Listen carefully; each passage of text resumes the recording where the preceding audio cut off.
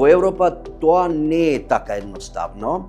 Значи, се разбира, да не видам погрешно сватен, Мета може да ја прекине соработката со проверувачите на факти и во Европа, ама во Европа има законска регулатива, пред се законот за дигитални услуги, кој што ги обврзува големите онлайн платформи да преземаат активности со справување со дезинформации.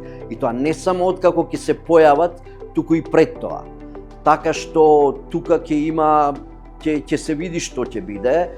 И европските политичари во контактите со европските факт-чекери велат дека ако нешто слично се појави во ЕУ, во Унијата, во Европа, дека они ќе реагираат. Ама за сега сметаат дека нема потреба